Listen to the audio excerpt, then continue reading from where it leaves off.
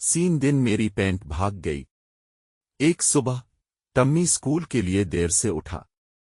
वो जल्दी से बिस्तर से कूदा, बुर्श किया, मुंह में टोस्ट डाला और अपनी पैंट पहनने के लिए हाथ बढ़ाया, मगर पैंट गायब थी। मेरी पैंट कहाँ है? वो चीखा। तभी बिस्तर के नीचे से आवाज आई, आज नहीं टम्मी, मैं छुट्टियां मनाने जा रही हूं। ये इसकी पैंट थी जो बोल रही थी। टम्मी की आंखें फटी की फटी रह गईं। पैंट छुट्टियां नहीं मनाती। पैंट ने जवाब दिया, मैं मनाती हूं। मुझे तुम्हारे खेल कूद, कैचअप के धब्बे और वो अजीब डांस पसंद नहीं।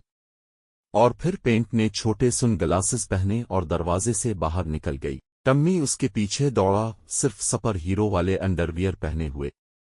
वापस आया, वो चलाया। लोग हैरान, परिंदे हंसने लगे। एक गुलहरी ने इस पर अखरोट फेंका। पैंट एक बेकरी में घुस गई और बोली, एक डोनट देना। दो दे दो, टम्मी बोला और इस पर छलांग लगा दी। दोनों सीधे एक बड़े जेली वाले केक में जा गिरे। बेकरी वाला सिर्फ कंधे उचक्का कर बोला, मैंने इससे भी अजीब चीजें देखी हैं।